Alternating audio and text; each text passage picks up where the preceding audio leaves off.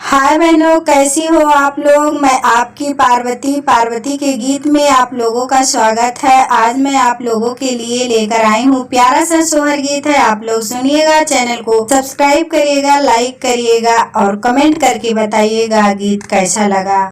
जेठ में बाबा बियाह करे अगहन गवन दिए, अगहन गवन दिए हो।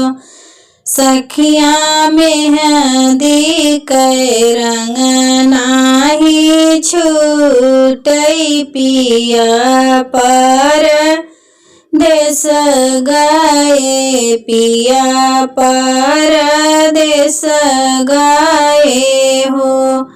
सखिया मेहंदी के रंग नाही छूटई, पिया परदेस गए, पिया परदेस गए हो। मचिया ही बैठी है सासु बहू हरी आरज करे, बहू हरी आरज करे हो। सासु तोरा पूता बड़ा नीरा मोहिया, खबरियो ना लियाई संदेशा वो ना भेजाई हो।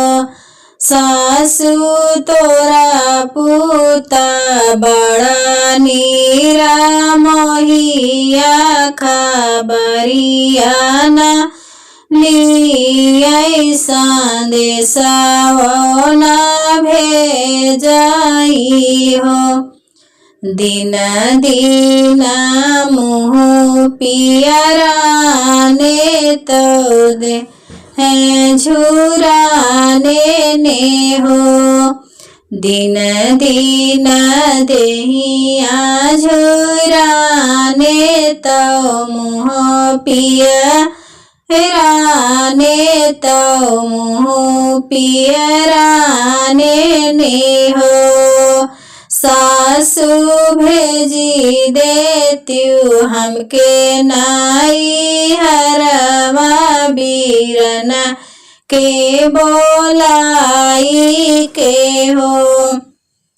सासु हम जाबे अपने नैहरवा, नैहरवा भेजावऊ हो। एतनी बचनी सुने सासु बहू हरि से बोलाई, बहू हरि से बोलाई हो। बहू हरि तोरा दिया भाई भारी, नैहर जीनी जायु, नैहर जीनी जायु। बहू हरि तोरा दिया भाई न भारी, नैहर जीनी जायु, नैहर जीनी जायु।